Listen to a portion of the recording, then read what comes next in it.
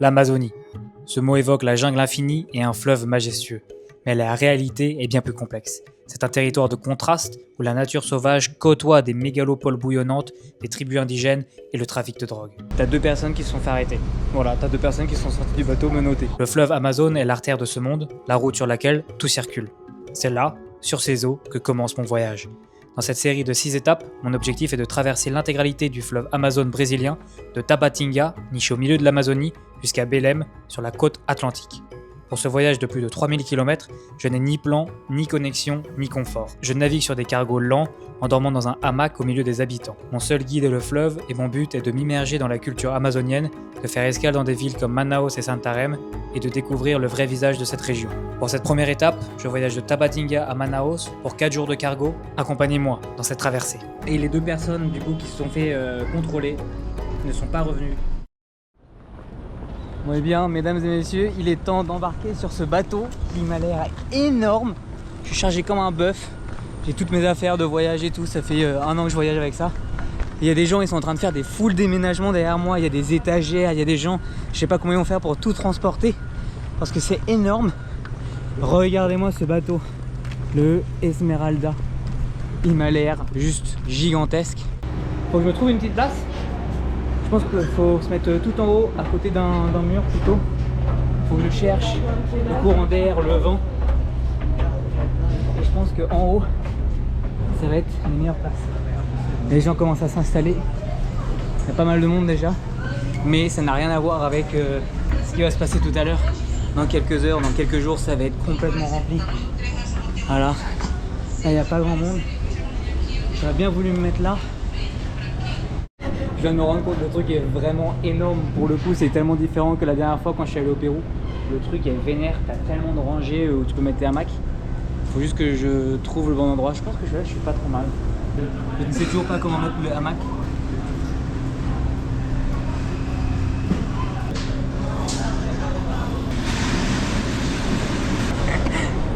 Sinon on fait comme ça, c'est vrai que c'est beaucoup plus facile. Mais je préfère quand même mettre mes cordes, comme ça je peux être un peu plus près du sol parce que là le truc est quand même hyper haut.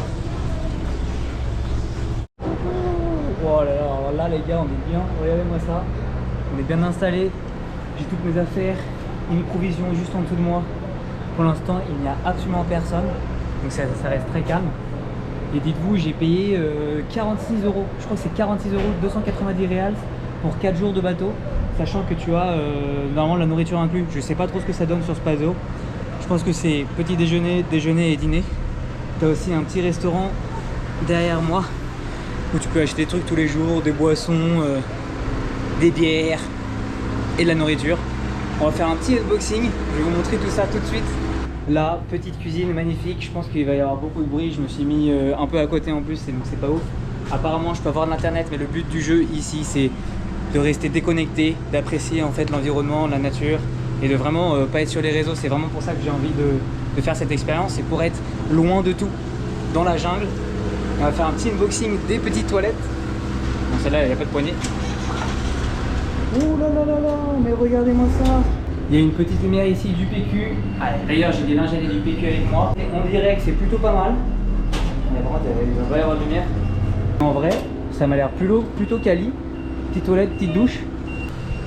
Je suis posé ici, je vais pouvoir prendre ma petite eau là. Je me dis qu'il y aura beaucoup de monde quand même qui va venir peut-être le soir ou pendant la journée. Et tout là-bas, t'as les lavabos avec de l'eau courante pour se brosser les dents, pour se laver les mains, pour se rafraîchir. Honnêtement les gars, ça me paraît hyper luxe. Ça me paraît vraiment fun.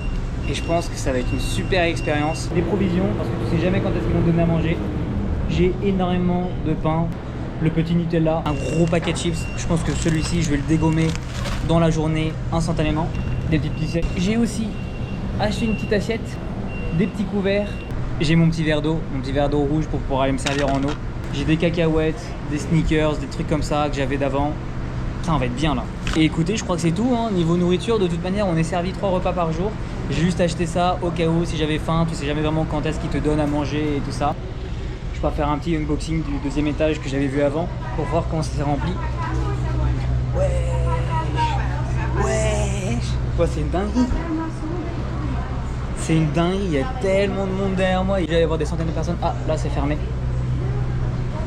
Ouais, c'est aberrant. Il y a tellement de monde, c'est un délire.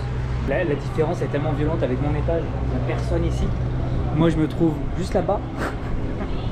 Il n'y a absolument personne, c'est hyper calme. En bas c'est un délire. C'est un délire gros, il y a tellement de monde qui est monté sans que je le remarque.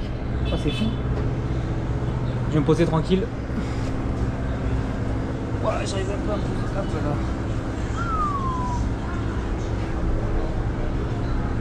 Ça c'est le petit port, me voici enfin parti. On est un peu à l'heure, on est même plus qu'à l'heure. On est parti à 11h40 alors qu'on était censé partir à midi. Et comme vous pouvez le voir derrière moi, il n'y a toujours personne. Il n'y a toujours personne à mon étage. Et bien évidemment, on va s'arrêter par-ci par-là dans des petits villages perdus au fin fond de l'Amazonie.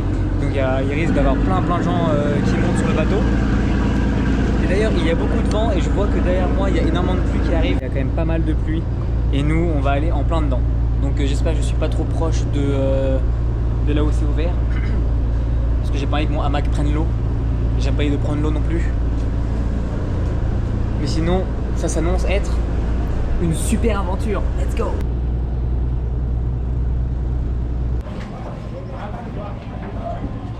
Ça fait à peu près 10 minutes qu'on est parti. On s'est arrêté dans un petit village à côté, juste à côté de la frontière du Pérou. Je sais pas trop où on est vraiment. Et comme on peut le voir, il y a plein de gens qui vont rentrer avec des marchandises, des gens qui vont s'installer, des gens qui rentrent seulement pour pouvoir vendre de la nourriture, des boissons, des snacks.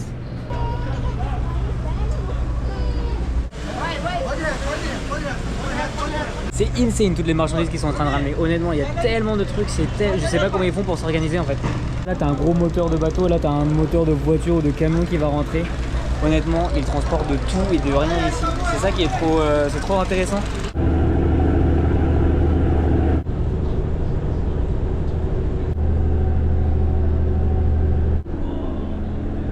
viens de me lever d'une sieste là, je crois que j'ai dormi 2h50.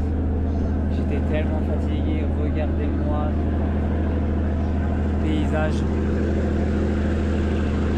C'est magnifique. Par contre, je commence à avoir hyper faim et je comprends pas du tout la situation pour manger, pour dîner. Normalement, les repas sont inclus, mais par contre, je ne sais pas comment faire. Je ne sais pas où aller, je ne sais pas à qui demander. Je parle pas du tout portugais, donc c'est compliqué. Je vais aller voir la cuisine vite fait et on va voir si on peut manger un truc. Ouais, bien, on a réussi à avoir notre dîner. En fait, je l'ai raté, je me suis réveillé à 17h35. Le dîner normalement est fini à 17h30 d'après ce que j'ai compris sur le panneau d'affichage de la porte. Et en gros, je suis arrivé devant, ils m'ont parlé portugais, je comprenais rien. Ils ont vu que j'étais complètement perdu. Ils m'ont dit de descendre, elle m'a donné une assiette alors que j'ai ma propre assiette. Elle m'a dit d'aller demander quelque chose. Donc bien évidemment, moi je suis arrivé ici, j'ai rien compris. J'ai rien compris et en fait j'ai fait un Google Traduction et le mec m'a donné un peu à manger. Donc voilà, j'ai réussi à avoir une petite soupe comme ça, avec cette vue magnifique. Je vais manger tranquillement. Et heureusement que je suis allé voir la cuisine parce que sinon j'aurais complètement raté le dîner quoi.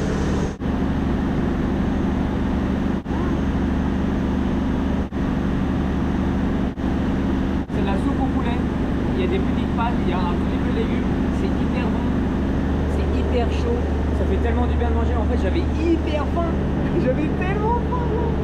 Bon, en fait j'ai eu de la chance parce que si cette dame ne m'avait pas donné d'assiette et ne m'avait pas donné les instructions, j'aurais pas mangé ce soir. Ça n'a pas été grave parce que du coup j'ai du Nutella, j'ai du pain et j'ai des casse-croûtes quoi. Mais du coup c'est rigolo, personne ne m'a expliqué quoi que ce soit, j'étais complètement perdu. Et en fait sur la porte en bas, là où il y a la cafétéria, t'as les horaires. Le petit déjeuner il est à 16h30, le déjeuner il est à 10h30. Et le dîner en fait il est entre 16h30 et 17h30. Quand tu parles pas la langue, là je suis vraiment tout seul, hein. Il y a zéro touriste, il n'y a que moi et ma bonne humeur et les locaux. Et honnêtement en fait j'étais complètement perdu. C'est vraiment trop stylé d'être sur un bateau au milieu de nulle part dans l'Amazonie. Déjà regarde-moi le paysage, c'est complètement fou. En vrai ça me rend trop heureux, je suis vraiment trop content. J'ai mangé, j'ai de l'eau potable juste derrière moi, de l'eau fraîche potable. Vraiment c'est le luxe, les toilettes sont pas si dégueulasses que ça. La nourriture est bonne, les gens ont été gentils avec moi, ils m'ont aidé. Vraiment c'est un vrai plaisir d'être ici. Je suis trop content. Voilà, là cette première journée a été tranquille. C'est le début d'une bonne aventure. Mesdames et messieurs, il est 18h32. Il est temps de me mettre dans mon hamac comme si j'avais pas fait ça de toute la journée. Je pense que je vais m'endormir parce que je suis tellement fatigué. Et j'ai quand même l'impression qu'il va faire froid cette nuit là. En fait, il y a beaucoup de courants d'air là où je suis. Et je pense qu'il peut faire un peu frisqué pendant la nuit. De toute manière, je vous tiens au courant et je vous dis ce que j'en pense demain matin. Passez une bonne soirée, passez une bonne nuit. On se voit demain matin dans cette deuxième journée. On est arrêté dans un petit village là et je suis en train de voir des dauphins dans l'eau. Il y a plusieurs dauphins. Je vais essayer de vous les montrer. Oh, what? Il y en a un et là il y en a deux et il vient de sauter, c'est fou, ouais. C'est une dinguerie, gros. Avec des petits villageois sur leur pirogue. Oh là là, mais quelle matinée, c'est un délire. J'arrive pas à croire, j'arrive pas à croire. On est là, on voit des dauphins qui sont magnifiques. Dans ces eaux un peu polluées par contre. Comme vous pouvez le voir, il y a plein d'essence. Là tu vois, il y a une trace d'essence qui est bien dégueulasse. Il y a des gens qui lancent du plastique et des choses comme ça. Je sais pas pourquoi les dauphins sont si proches par contre du village. Ça je trouve ça intéressant. J'aurais imaginé que les dauphins soient beaucoup plus loin dans des parties un peu plus isolées. Mais comme quoi tu vois, tu peux voir des dauphins juste ici. Oh, je suis tellement heureux, je suis trop content.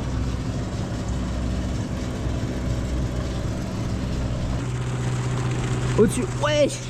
Wesh. Il a fait un vrai saut là. Peut-être essayer de l'appeler et tout, ça va pas marcher ça. Je sais même pas comment ils font leur bruit, c'est impossible à faire leur bruit. Ça s'appelle Boto en portugais. Boto. On va essayer d'en voir un. Et voilà. Waouh, ouais. Il y en a deux, ils sont en train de sauter, c'est incroyable. Boto. Boto.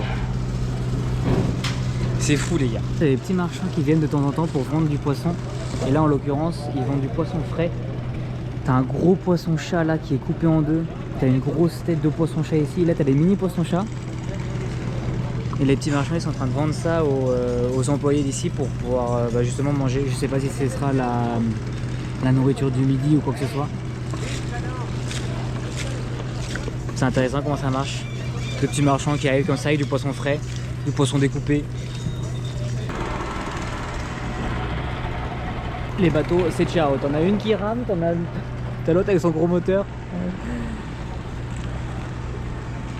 Sacrée expérience, c'est incroyable d'être ici. Il a fait froid. Je pourrais dire qu'en Amazonie il va faire tout le temps chaud et tout ça, mais dès que la nuit tombe avec le courant d'air du bateau, il fait hyper froid. J'ai dormi avec une serviette, un pull sur mes jambes et tout. Et sinon ça restait confortable. On va voir un peu ce que ça donne dehors.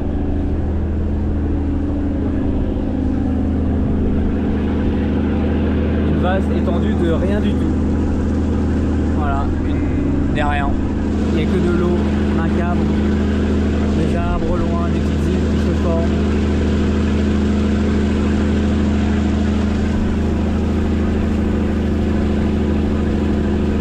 Je sais pas si c'est le sentiment d'être seul sur un bateau, d'être au milieu de l'Amazonie, dans un contexte différent, ou même d'être complètement seul au monde, mais je sais pas, ça me fait un peu quelque chose. Je trouve que c'est un truc qui est ultra dépaysant, genre tu verrais vraiment pas ça autre part dans le monde. T'as que l'Amazonie qui ressemble à ça, t'as que les bateaux ici qui sont comme ça. C'est vraiment quelque chose qui m'attire, c'est de se retrouver complètement seul et tout. Moi je suis très confortable à être complètement seul pendant quelques jours, pendant même peut-être une semaine. Non seulement je me retrouve complètement seul, mais je me retrouve aussi dans un pays où je comprends pas du tout la langue. Et je sais pas, pour moi c'est un peu ça aussi le voyage, c'est de se mettre dans des situations un peu inconfortables où tu sais, tu dépasses un peu tes limites. Et je sais pas, tu essaies de te découvrir. Une partie du voyage qui m'attire beaucoup, c'est un peu de se mettre en difficulté. Bon, pas forcément en difficulté, mais de se mettre dans un contexte où tu comprends rien et tu dois vraiment te débrouiller. Je trouve que ça c'est hyper cool. Et en fait c'est ça qui m'attire et c'est pour ça que j'aime beaucoup faire ce genre de voyage et ce bateau. Parce que du coup, ouais, je sais pas, je trouve ça dépaysant, je trouve que c'est une expérience assez unique. Voilà. On est en train d'arriver dans le port de Tonantin. Comme vous pouvez le voir, c'est un village hyper isolé, hyper mignon. Il y a une énorme église là-bas, c'est tout chou. Il n'y a pas de petits marchands comme j'aurais espéré parce que je commence à avoir hyper faim. Normalement les marchands ils arrivent avec un peu de nourriture que tu peux acheter avec du poisson frit, des trucs comme ça. Parce que là je n'en vois pas. Je vois que des énormes livraisons de bière, de ciment peut-être, de farine, de riz là-bas.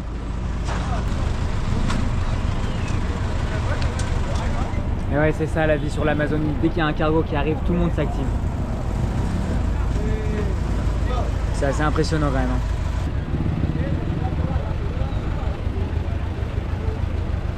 T'as des gens qui vont faire 2 jours, 3 jours sur le bateau, t'en as ils vont faire même pas un jour, t'en as ils vont faire qu'une nuit et t'en as ils vont s'arrêter au prochain village.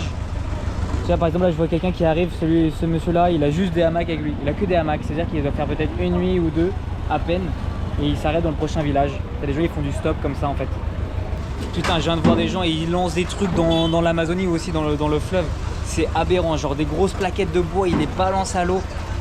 Des verres en plastique, ils les balancent à l'eau. Ça c'est en vrai c'est terrifiant, ça fait trop peur. De voir ce qui peut se passer, de voir que les déchets vont directement dans le fleuve comme ça aussi, c'est un peu relou. On est en bordel, mais pour eux c'est hyper organisé. Ce mec là il est arrivé avec son petit scooter, direct il a donné un papier, il savait qu'il fallait prendre des oignons. Les autres ils sont organisés de ouf aussi, ils savent quoi donner, où donner. En fait ça marche hyper bien. Et pour moi je comprends rien à ce qui se passe. Je trouve ça incroyable. Je vous explique rapidement la situation pour manger. Derrière moi il y a une énorme file. C'est pour rentrer dans la cafétéria. Et au fur et à mesure la queue elle rentre dans la cafétéria et les gens se font servir à manger. Tu arrives avec ton assiette, ton verre d'eau ou quoi que ce soit. Et puis après tu te fais servir. C'est exactement ce que je vais faire. J'attends juste, il y a beaucoup de queue donc j'attends juste que la queue se dégage un peu. Il est 10h50, 10h50 du matin et on a le déjeuner qui est prêt. J'ai ma nourriture, honnêtement, on dirait que c'est 5 sur 5, 10 sur 10, je ne sais pas ce que tu veux dire par rapport à ça. Le bateau vient de partir du petit village. Je vais tout dégommer. Et qu'est-ce que ça sent bon en plus. Oh là là. Je suis en train de me régaler. Je vous avoue que je me suis endormi là pendant 2 heures. Ça fait 2 heures que je dors, ça fait 2 heures que je fais une sieste. Ben en fait il n'y a que ça à faire et de regarder la vue. Boire un peu d'eau, d'admirer cette vue incroyable, cette jungle dense, immense, interminable. Je pense que je vais me poser et je vais jouer au. Je vais faire un petit sudoku. Et je vais faire une sopa de letras. Des petits mots croisés, des trucs comme ça. C'est en espagnol, je vais peut-être pas réussir. Et c'est le seul truc à faire sur ce bateau, c'est de chiller, ne rien faire, réfléchir, jouer à des petits jeux. Rester déconnecté, profiter du paysage et de cet environnement.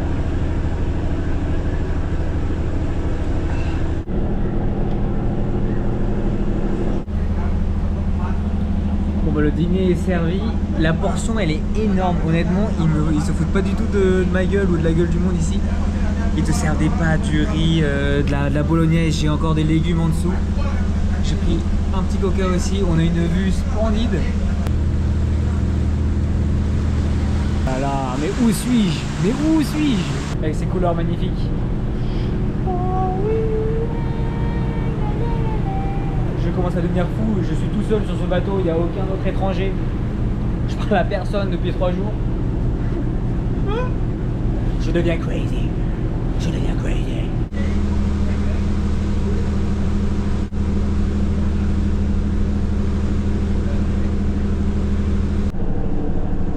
Bien le bonjour.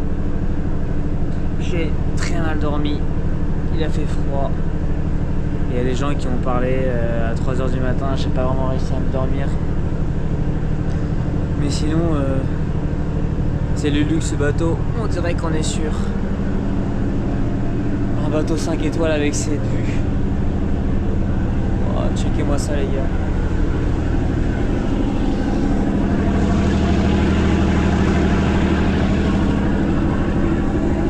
On ne voit absolument rien. Ouais, c'est la même chose ici. C'est tellement calme, c'est silencieux, tu sais pas ce qui est en train de se passer. C'est mystérieux, il y a tellement de brouillard. Ça donne un peu une vibe étrange en vrai ce matin, c'est très bizarre. Non mais là les gars, la portion elle est juste dingue. Je pourrais nourrir une famille tellement la portion est énorme. En fait ce qui me surprend le plus, c'est qu'ils font à manger pour 150 personnes on va dire, allez 150 personnes. Et la qualité est au rendez-vous, la portion est juste gigantesque. Et ouais, honnêtement je trouve ça trop bien. Et en plus on peut manger devant cette vue là-bas là, qui est tellement belle.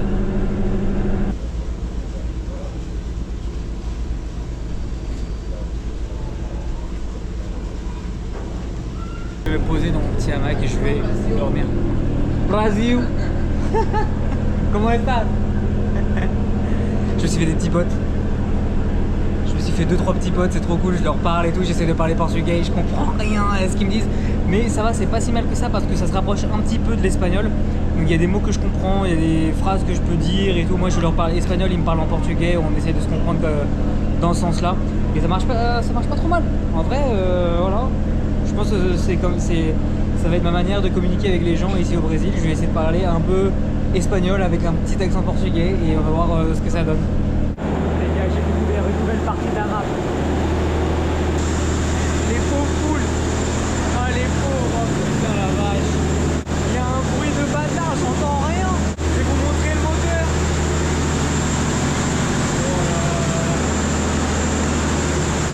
Oh là là là là.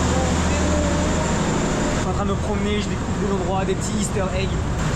Je pourrais monter sur le bateau et me barrer avec le bateau.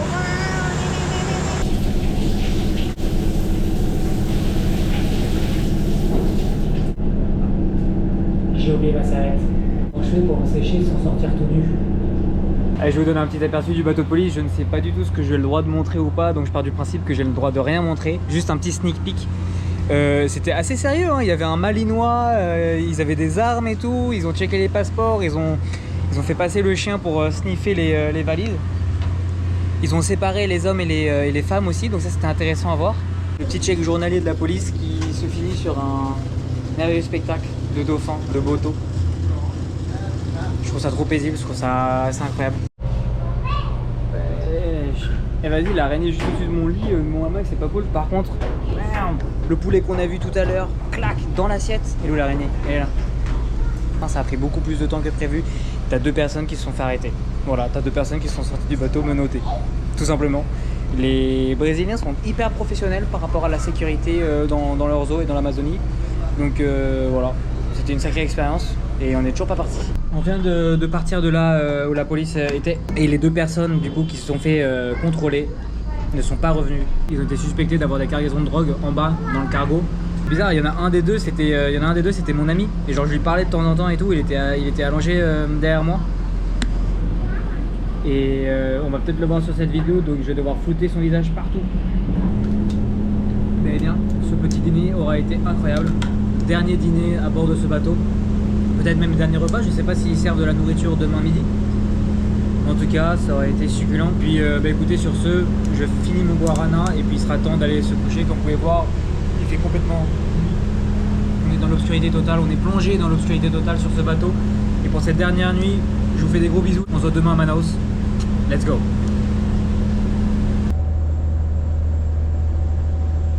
Juste comme ça, nous voici à Manaus. Bienvenido a Manaus, la capitale de la région de l'Amazonie du Brésil. Pour le coup, c'était vraiment une expérience incroyable et enrichissante. J'ai rencontré pas mal de Brésiliens du coup avec qui je parlais portugais, donc ça c'était une première. Ce petit bateau là-bas, il va me manquer, hein. Honnêtement, c'était hyper confortable, c'était hyper sympa. J'ai rencontré plein de gens, j'ai pu parler portugais. C'était hyper propre. Honnêtement, les Brésiliens, c'est pas seulement un mythe du fait qu'ils soient propres. Le premier truc le matin, avant le petit déjeuner, ils se brossent les dents, ils sont douchés, ils sont coiffés, ils sont shampouinés, ils sentent tous bons. C'est une expérience hyper différente que le bateau ou le cargo que j'avais pris pour aller au Pérou. Au Pérou, je me souviens, un truc qui m'avait marqué, c'est qu'ils avaient vraiment tué une poule en plein milieu du bateau, ils s'en battaient les couilles. C'était aussi une expérience hyper sympa.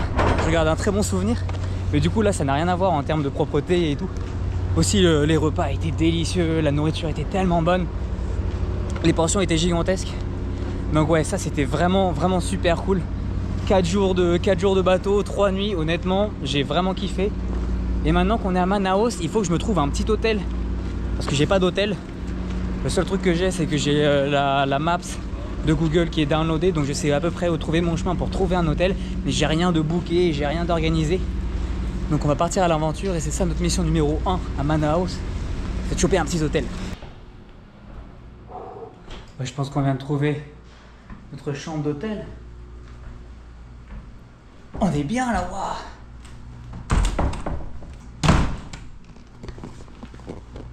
Ça a l'air hyper cosy, ça a l'air trop cool, ça a l'air trop cosy. Il y a même une petite baleine sur le lit, c'est hyper mignon. Je vais poser mes affaires. Oh la vache, il fait une chaleur ici, c'est dingue. Ça m'a l'air très propre. Cool. Salle de bain privative aussi. Oh, ils ont un bidet.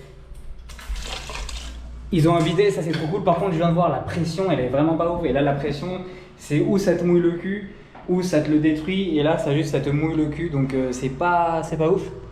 Par contre, ça a l'air très cosy. Et ils ont les fameuses douches, les douches un peu suicidaires. Ça, c'est les douches, il y a de l'électricité qui passe au-dessus pour pouvoir chauffer l'eau qui te vient dessus. Donc voilà, va comprendre pourquoi est-ce qu'ils utilisent de l'électricité avec l'eau. C'est la même chose avec le Guatemala. Mais tant que ça marche et tant qu'il y a de l'eau chaude, surtout que dans ce pays, on n'a pas forcément besoin d'eau chaude, je vais pouvoir prendre une bonne douche confortable. On est bien là.